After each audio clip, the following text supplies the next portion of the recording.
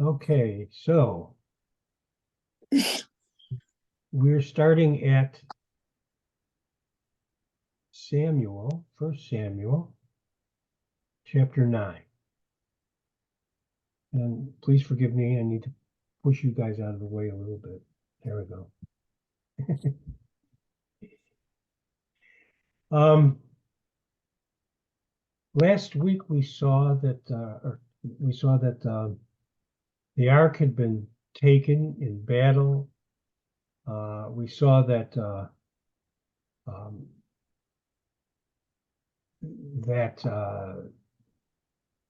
the ark was taken into the home or the temple of Dagon, the god of the Philistines. And the ark actually absolutely humiliated Dagon. And so Israel now, in chapter 8, decided that they wanted a king. They wanted to be like all the other nations. And Samuel is upset, and God is upset. Samuel feels that they had rejected him. God saying, no, they haven't rejected you, they've rejected me. Such is the case. I was talking with Alan today. When they reject you, they're not rejecting you, they're rejecting the gospel. They're rejecting the lover of your souls. So we saw that Israel had rejected God as their king, and they wanted their own king. They wanted to be like everybody else. And so God says,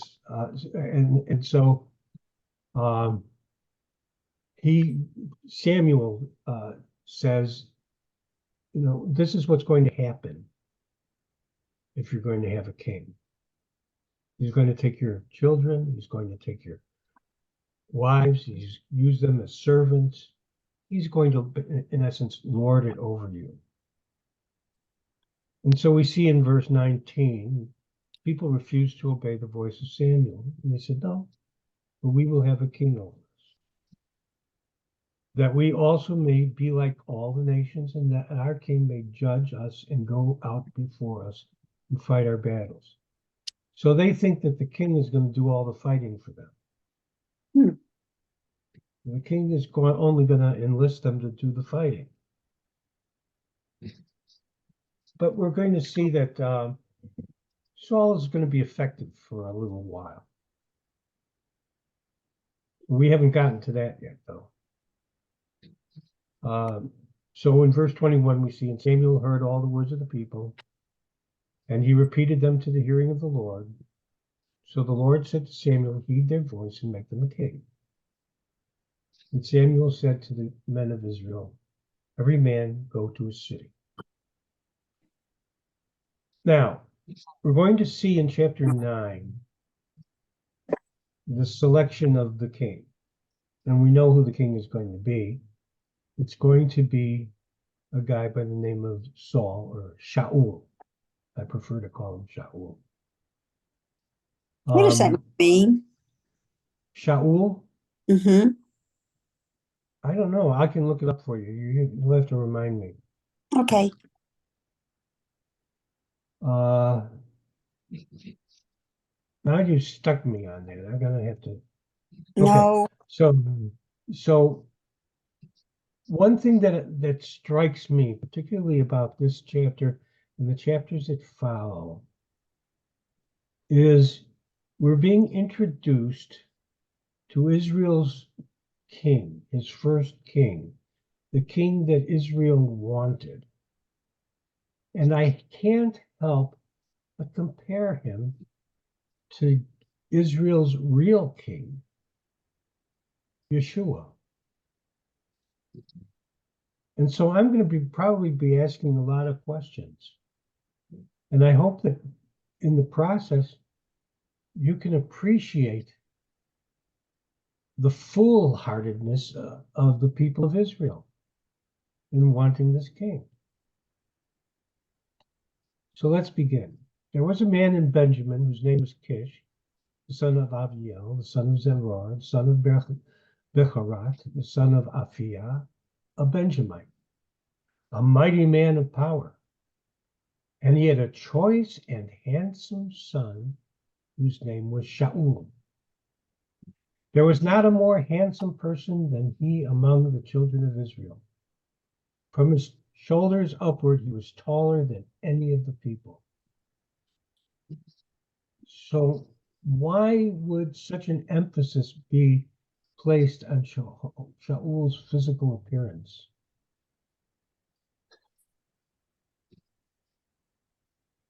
Mhm. They're looking at the flesh. Yeah. Yeah, I had the same. What's that, His Martha? his father. I was thinking the same like Dean. His father was a mighty person. He was, you know, like Mm-hmm. describing that he was brave. Uh-huh. And when we hear about Saul, it's only about his appearance. We don't know anything about his character. Mm-mm. Absolutely not. And so here's another question that I haven't written down. Why do we listen to the opinions of celebrities and basketball players and people like that? Because we idolize them. Yeah. I also think Because it's they're because we're, famous. yeah. Or They're famous success. covetousness, want what they have. But what is it that we cherish? I'll just spit it out. We don't cherish wisdom. Yeah. We might Oh. cherish knowledge. We might cherish ability or talent, but we don't cherish wisdom. And we don't know how to discern that. And I think that this is what Israel is doing here. Even though Samuel is the one who's going to choose this man. But I think that God knows what the people want. Yeah. So I'm I gonna had. yeah, Can I say something? Because no. when you said in the when you said on the chapter 8 that the Israel's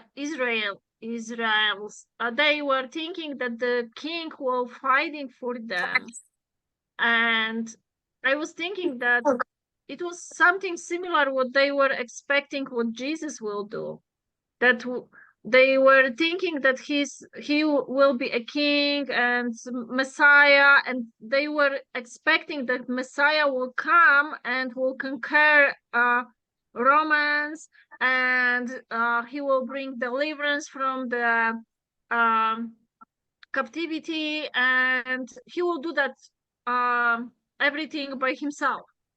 And because of that, they were like disappointed, some of them, that the Yeshua wasn't like that.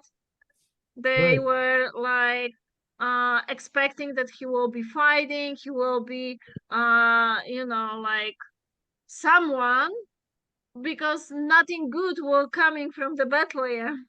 So so they What were is it? expecting someone completely different. Well, what is it about us about that would make us want a warrior rather than someone who's going to point out our spiritual imperfections our spiritual needs, our sin. Because we don't want to do anything. We want that someone else did everything for us. And we don't like if someone pointing that we're doing something wrong, and then you have to do something with that. If you know, and someone will tell you that you're doing something wrong, you have to do something with that. You can do Right. still the same, or you have to change something, and it's makes that you have to make a choice, and we don't like doing the choice. We like to, have nice life, easy. Convenience. Yeah. Yes. So let me ask you, what was Yeshua's physical appearance? He wasn't handsome. He was just simple. We don't, number one, we We really don't don't know. know, but the answer here is here, literally, in Isaiah 53, verse 2, second part of verse 2. He has no stately form or majesty that we should look at him. There's nothing particularly impressive about him. Yeah. The one thing I would say that would have been impressive about him is his wisdom. Mm. So now I'm going to ask a kind of a dumb question. What's your opinion concerning having pictures of Jesus? They can't replicate Jesus. No one knows what he looks like, but the ones that were there, and not just focus on. I call it a facade of what he looks like. Otherwise, we'll lose our focus on him and who he is. Right. So we're supposed to be reading what he said Yes. as opposed to looking at what we think he looked like. Yes. Yeah. Because what he said is so much more important. Yeah. Yes. So let's move on. Verse 3, now the donkeys of Kish, Saul's father, were lost. And Kish said to his son, Shaul, please take one of the servants with you and arise and go look for the donkeys. So he passed through the mountains of Ephraim and through the land of Shalisha, but they did not find them. Then they passed through the land of Shalim, and they were not there. Then he passed through the land of the Benjamites, but they did not find them.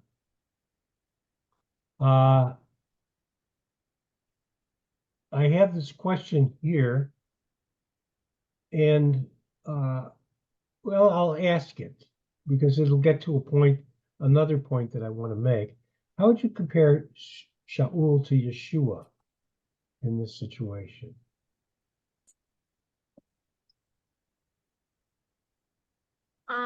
Jesus always founding his lost sheep. Well, that's true. But let's take a look at what he said about what we see about donkeys. Matthew 21, 1 through 3. When they had approached Jerusalem and had come to Bethphage, the Mount of Olives, Yeshua then sent two disciples, saying, go to the village opposite you, and immediately you will find a donkey tied there and a colt with it. Untie them and bring them to me. And if anyone says anything to you, you shall say, the Lord needs them, and he will send them on immediately. So is it wrong to say that the king that Israel wanted didn't know where the donkeys were? But the king of Israel, the authentic king of Israel, knows where all the donkeys are. Yep.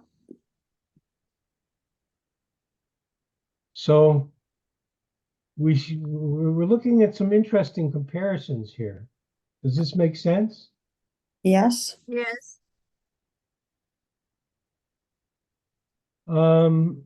Verse 5, when they had come to the land of Zuph, Shaul said to a servant who was with him, come, let us return, lest my father cease caring about the donkeys and become worried about us.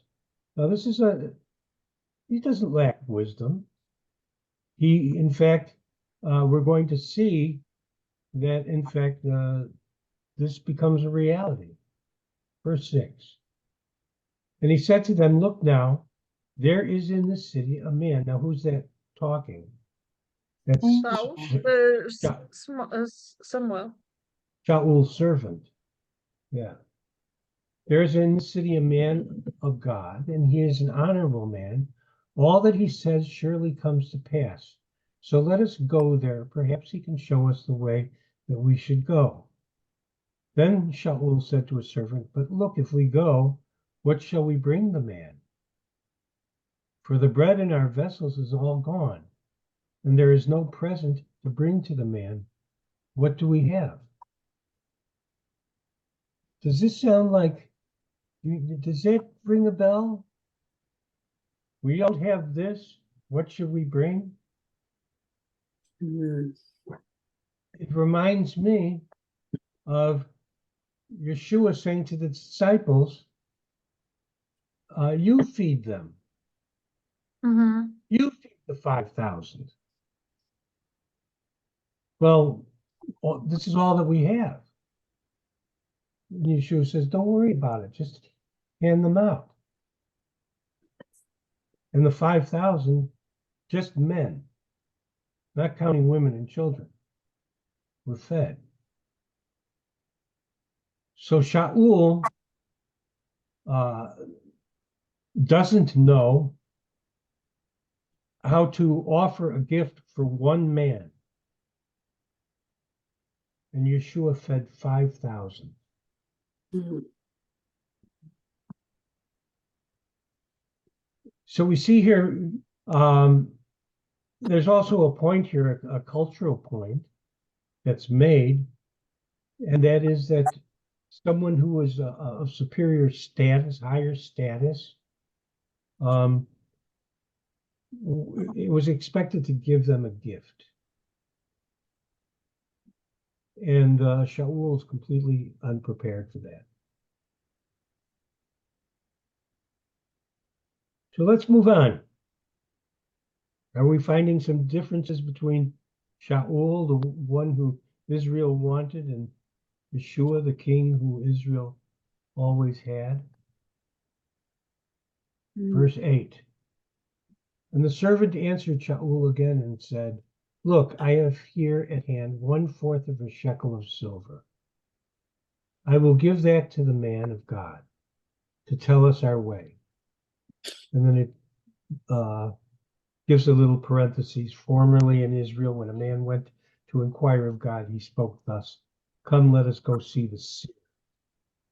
For he who is now called a prophet was formerly a seer. I think that tells a little bit about Israel's perception of a prophet. He was more like a soothsayer, a magician. That's the picture I get of a seer. Is that what was in when Saul went and looked for when David was pursuing him? Is this something to do with the Well, occult? he was, yeah, he sought the wisdom of a medium. Okay. And mediums were to be put to death. Okay, that's a seer, right? Yeah. Okay. Verse 10. Then Shaul said to his servant, well said, come, let us go. So they went to the city where the man of God was. As they went up the hill to the city, they met some young women going out to draw water and said to them, is the seer here? Verse 12. And they answered them and said, yes, there he is, just ahead of you. Hurry now, for today he came to this city because there is a sacrifice of the people today on the high place. The high place, it wasn't for Baal or other gods. Well, here's the point, and that's a good question. the high people generally offered up sacrifices on high places. Mhm. It could be for an idol or it could be for Hashem. But in reality, Israel had been told not to offer up sacrifices on high places. Deuteronomy 12, 11 through 13. Take heed to yourself that you do not offer burnt offerings in any place that you see. And yet we see Shmuel offering sacrifices on a high place. So the question is, was Shmuel sinning? Had he broken the law? I asked Arlo about this today. Mhm. He presented one case. I don't know if I remember his case all that well. Basically, he said that Shiloh, and this is biblical, Shiloh had been destroyed. Shiloh was the location of the tabernacle. The Ark of the Covenant was supposed to be in the tabernacle. And Shiloh had been destroyed, and the tabernacle as well. And so they resorted back to the high places. Plus, God had not designated a place where he was going to put his name, which was Jerusalem. Arlo's argument was, in light of the fact that Jerusalem had not been chosen yet, it was okay to sacrifice in the high places. My argument is that the only place for a sacrifice was supposed to be in the tabernacle. But rightfully, Arlo argued, Abraham,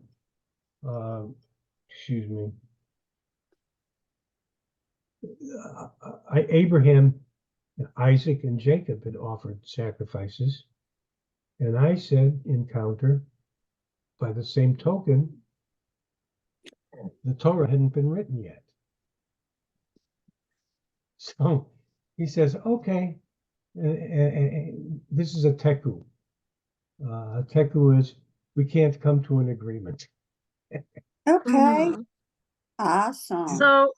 So where was the ark? The ark, where was in that time? The ark had been kept at a couple of chapters earlier. Mhm. It had been kept at Beit Shemesh.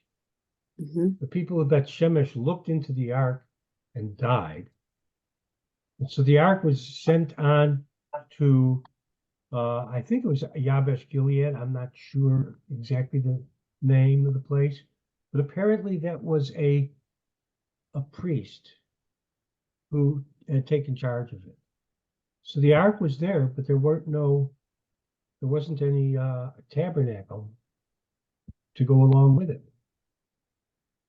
And so it was basically there for safekeeping. And in fact, I think you missed last week, didn't you? I Yes, remember. yes. I remember. It was met in at Kiryat Yearim.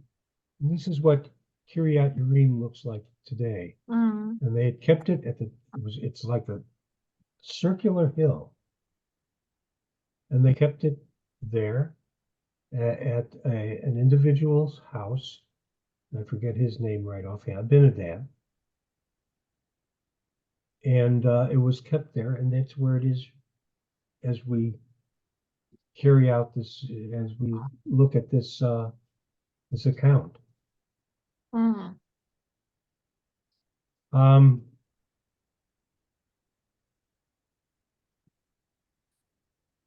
So how far? So this is my take on what's going on.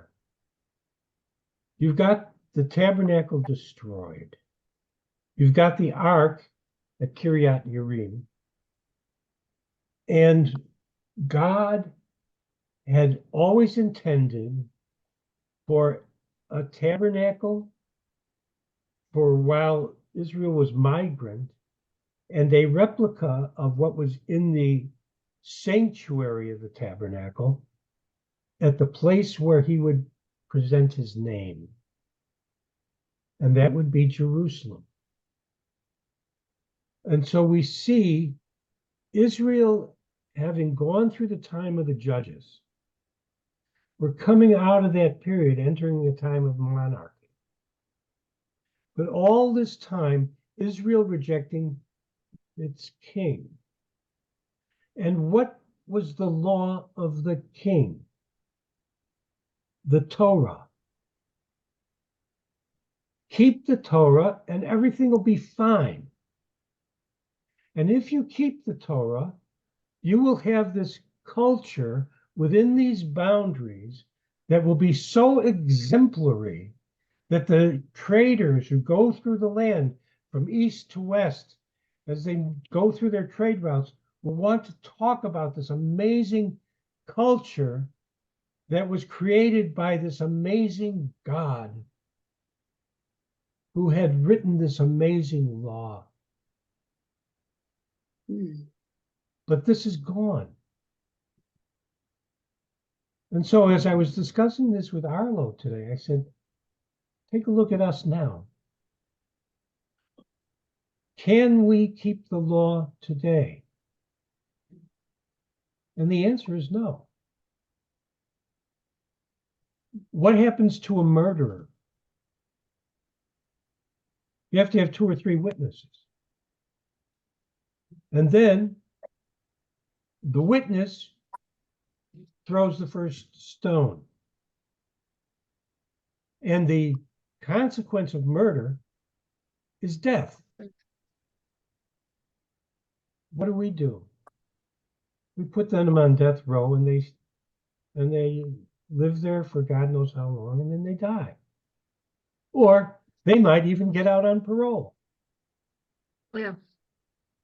How about theft? The Torah says when you steal, you are to pay back the person from whom you stole 120%.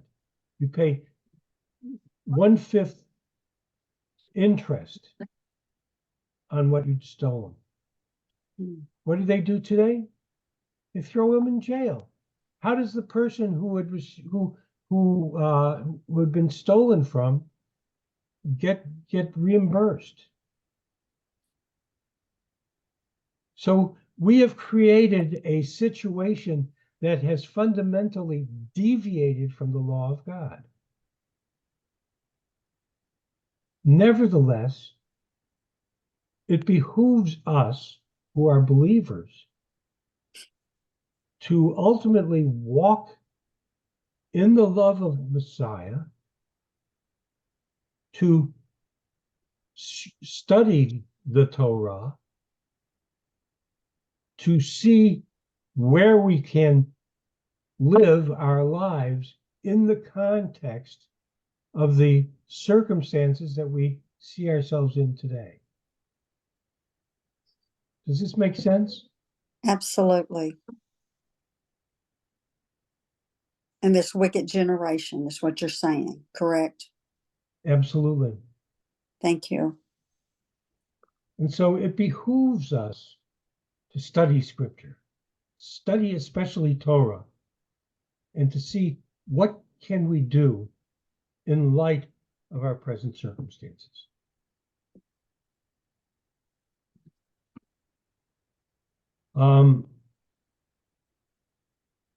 It's interesting that I was reading over, I think it was Justin Martyr's defense of Christianity to the emperor. He pointed out that Christians at that time in history were the best citizens of the Roman Empire.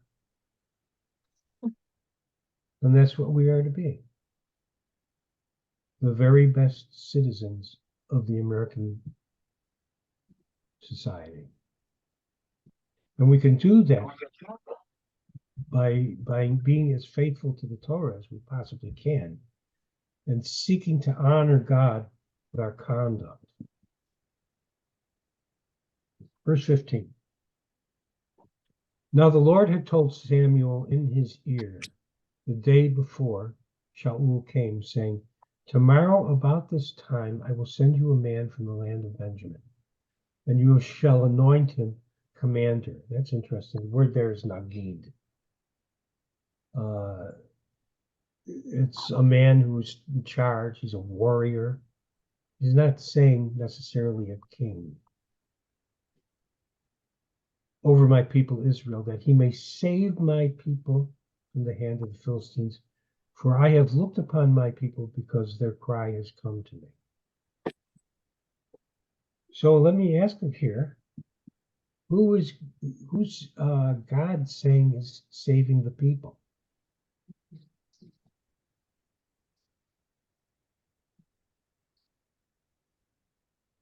One more time, could you repeat the question? Who is God saying is going to save the people? I think You he's talking asking? about himself. Yeah, Go ahead, Marta. I'm not quite understand the question. Okay, let me repeat this what God is saying.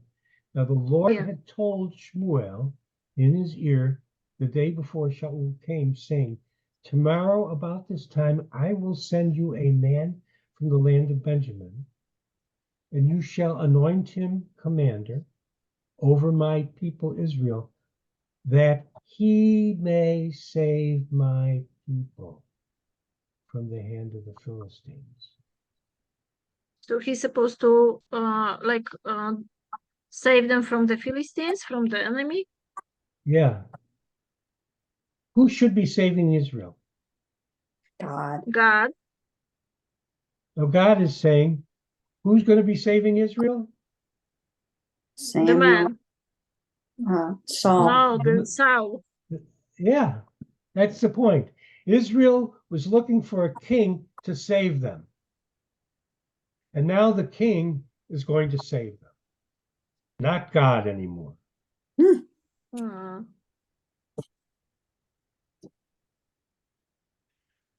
So when Shmuel saw Saul, the Lord said to him, there he is, the man of whom I spoke to you. This one shall reign over my people. Then Shaul drove near to Shmuel in the gate and said, please tell me, where is the seer's house? Here's the king. The king doesn't know where the donkeys are.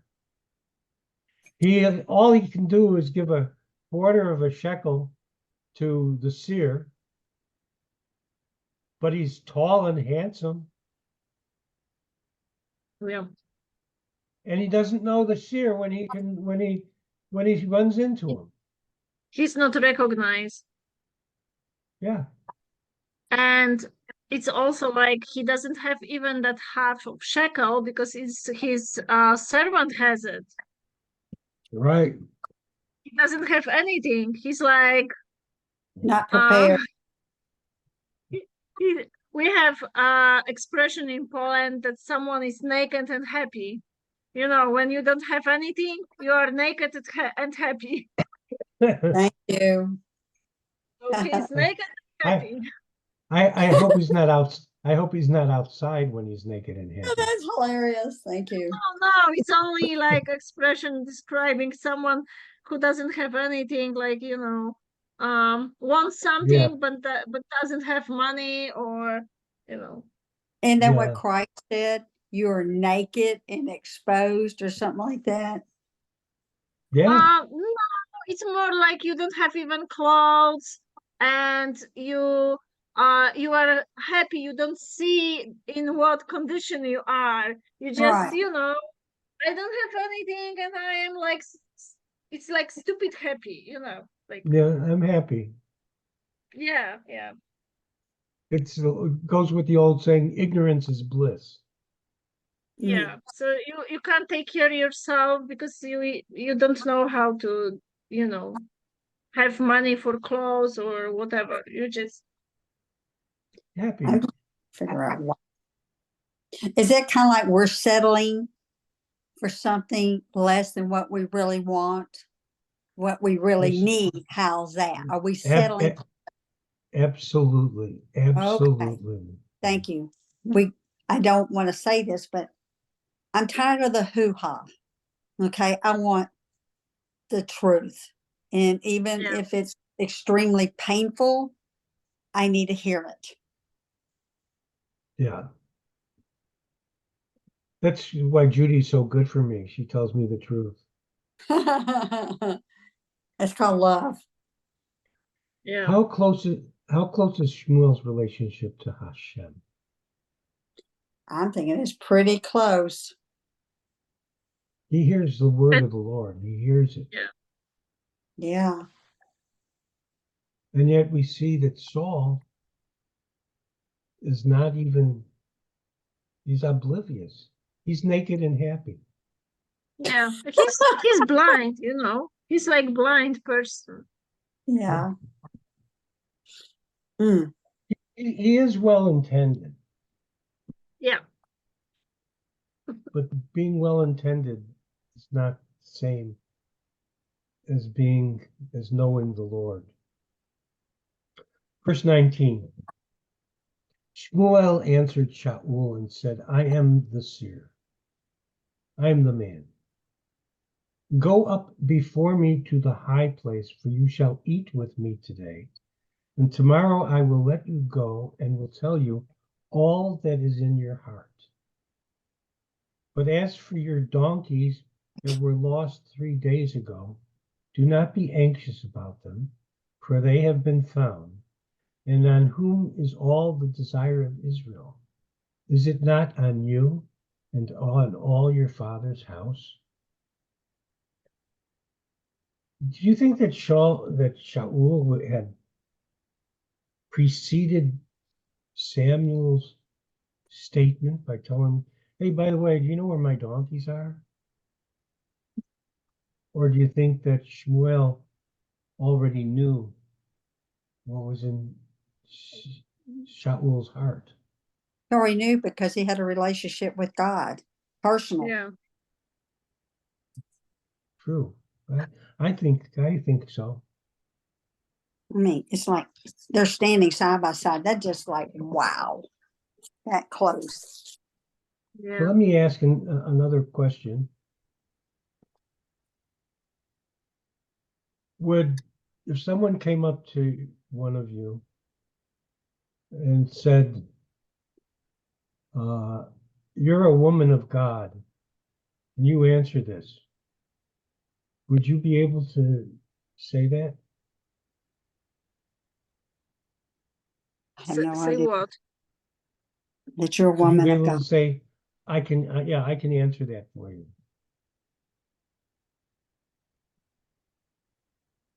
I don't know. People say to me, I like to joke. Somebody, they're serving in the line and they're giving food in the line, and I like to say to them, "Oh, you great servant of the Most High God." And it is. It's when you're serving others, you're serving God. But how is it that Shmuel knew that he was a seer? How many Christian men on TV call themselves a prophet? A lot. A lot. And how do they know that they're a prophet? I can't even make a profit at being a prophet.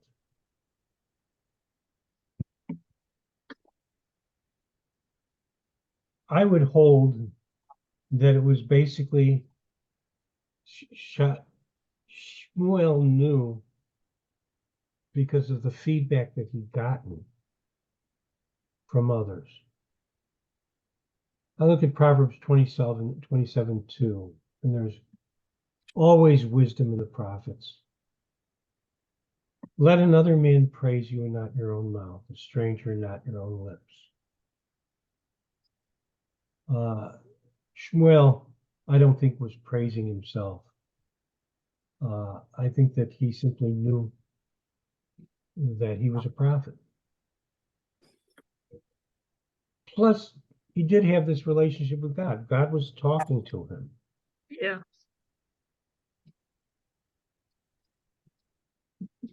And then we look back at verse 3:19. Can I stop you for a second? Because Sure.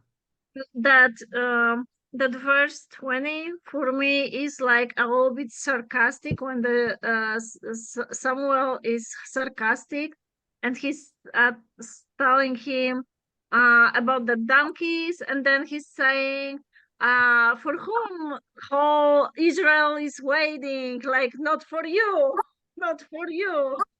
And and what is in your heart is donkeys.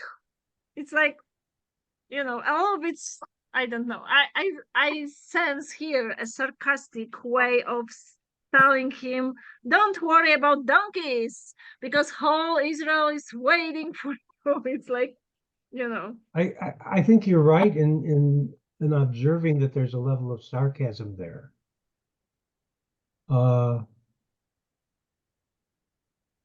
Who is Israel's desire? Israel's desire is the Messiah. People in Israel, I saw Ben Gavir. He's a hyper conservative politician in Israel, and he's pushing the envelope.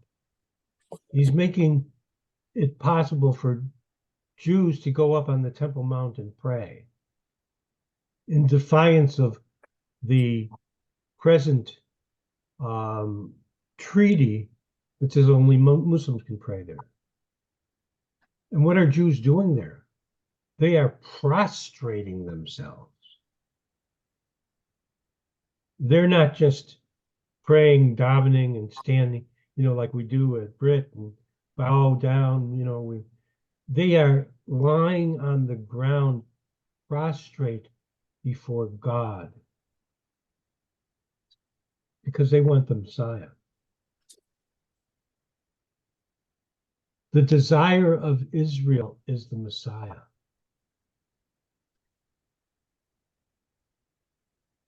And I see you're picking up on the sarcasm, Marta. All Israel's, you're the desire of Israel, Shaul. And he is, because that's who they said they wanted. Yeah.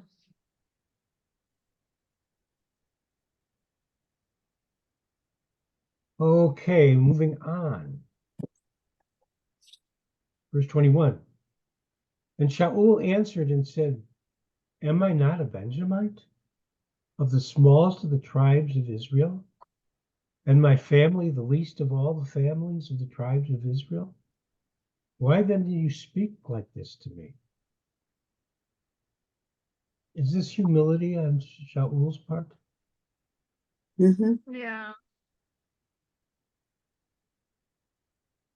I don't know.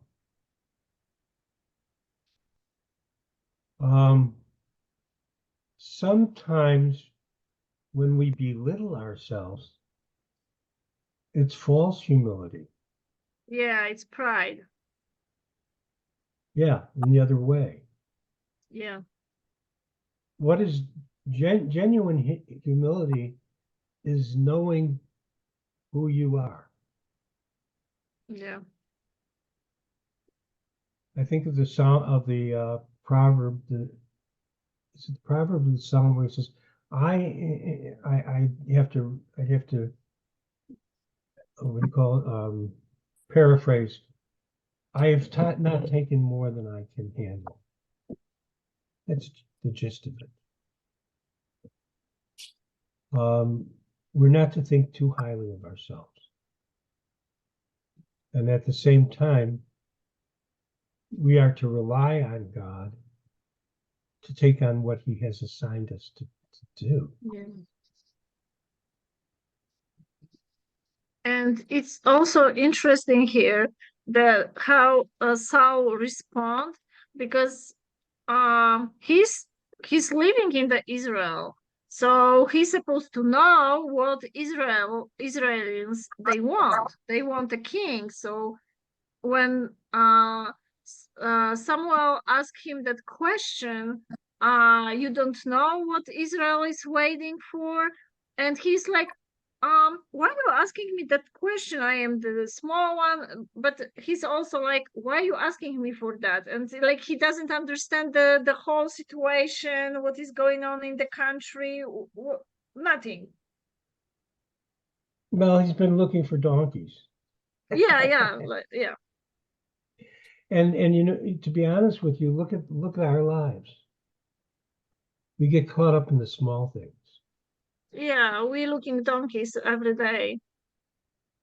I was thinking something else. We need to look at the big picture all the time. Yeah. What is God's will? I like what John said today. God is here. He's in the room with you. Yeah. Verse 22. Now Shmuel took Shaul and his servant and brought them into the hall and had them sit in the place of honor among those who were invited. There were about 30 persons. And Shmuel said to the cook, bring the portion which I gave you, of which I said to you, set it apart. So the cook took up the thigh with its upper part and set it before Shaul. And Shmuel said, here it is, what was kept back. It was set apart for you. Eat, for until this time it has been kept for you, since I said I invited the people. So Shaul ate with Shmuel that day. How would you feel if you were all of a sudden brought in front of all the people as the guest of honor, and you had never done a thing in your life?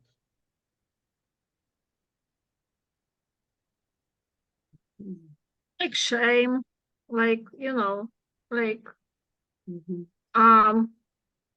Be on the top and be, like feel not very comfortable, probably. Yeah. I don't know if this was the case at a lot of bar mitzvahs, but at my bar mitzvah, that's how I felt. I hadn't done anything, and yet I'm getting all this acclaim. I don't think it helps a person's humility. And we're going to find something different. We're going to see later on in this book, David running from Shaul, fleeing from him. He is anointed. He's going to be in the same position of hierarchy as Shaul will be. But David has to struggle all the time before he reaches that point. Here, Shaul's just getting it. It's his on a silver platter.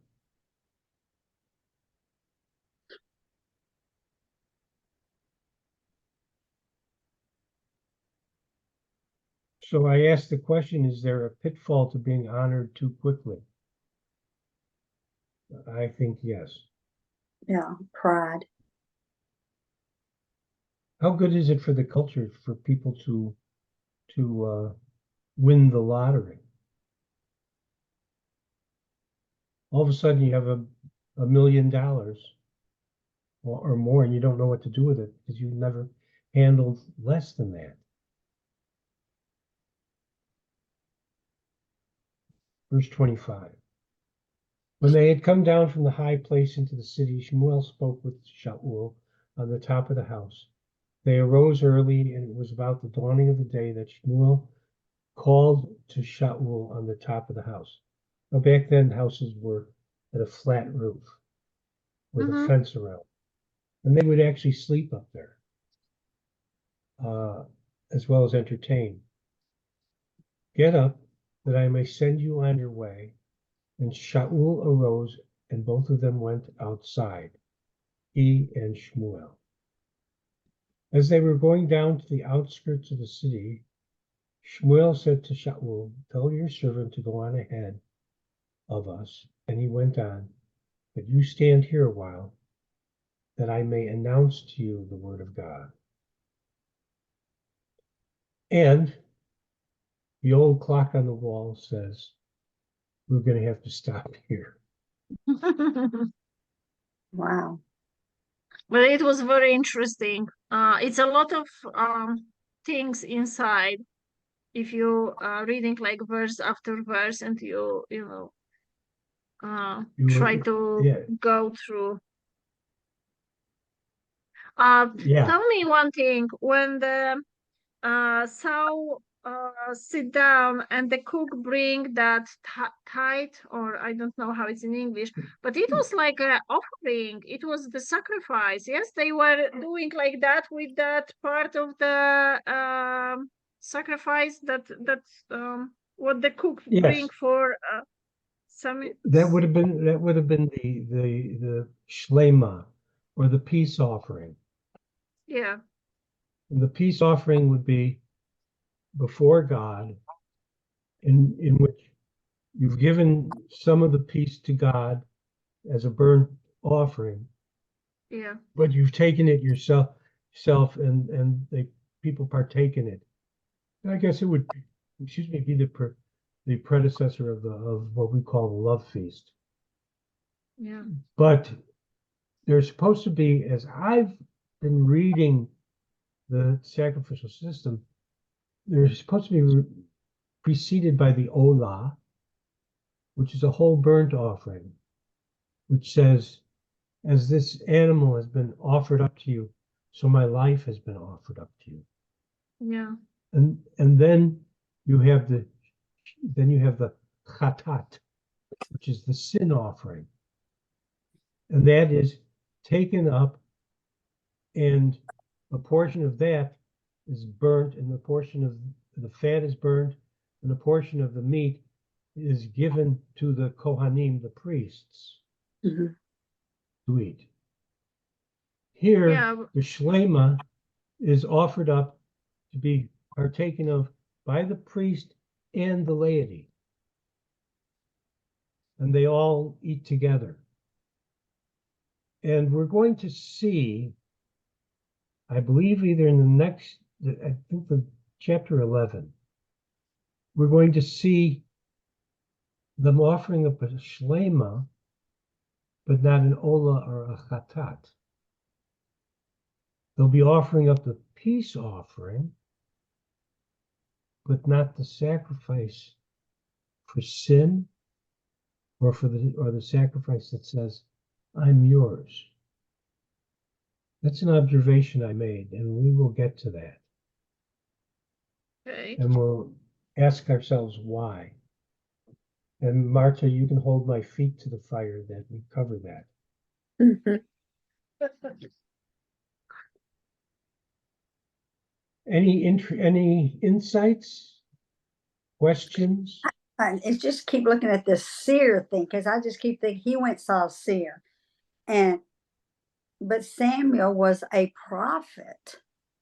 I mean, Right. from before he was born, he's a Nazarene or Nazareth or whatever you want to call it. Yeah. And he wasn't given the title; he was born into that situation. Right. Well, so were the Kohanim, the priests. Yes. They were born into that situation. And I find that interesting. Look at that in comparison to, say, a Catholic priest who, in medieval times, had to buy his way into the priesthood, or today goes to seminary because he feels like God called him. Mhm. And they offer no sacrifices. The Kohanim offered sacrifices. They Right. instructed on the Torah, but it Mhm. was also genetic. They inherited by virtue of their great grandfather Aaron. Yes. There was no virtue in being appointed a priest. You were born by virtue of your genetic makeup, by your ancestry. So there's still a lot of these Levites now, correct? Yes.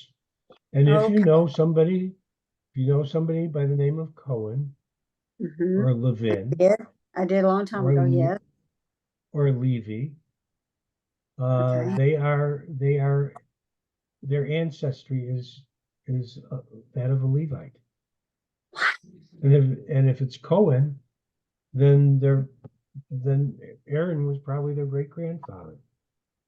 Because I was looking at First Chronicles, second, because it's really deep, and then it kind of stops. But when I have read when they come back out of captivity, there's some of the priests and whatever that intermingle with these heathens. They could not serve unless they did such and such and got rid of the offspring. And I found that amazing. Yeah, well, we will get into that if the Lord doesn't. I think the Lord will come before we get into that. Okay. But the amount of divorce that took place as a result of that that decree by Nehemiah was Mhm. Yeah. very Uh, small. It was very small. Excuse me, I need to move you guys down. So let's do this. And let's do this. Stop recording. There we go.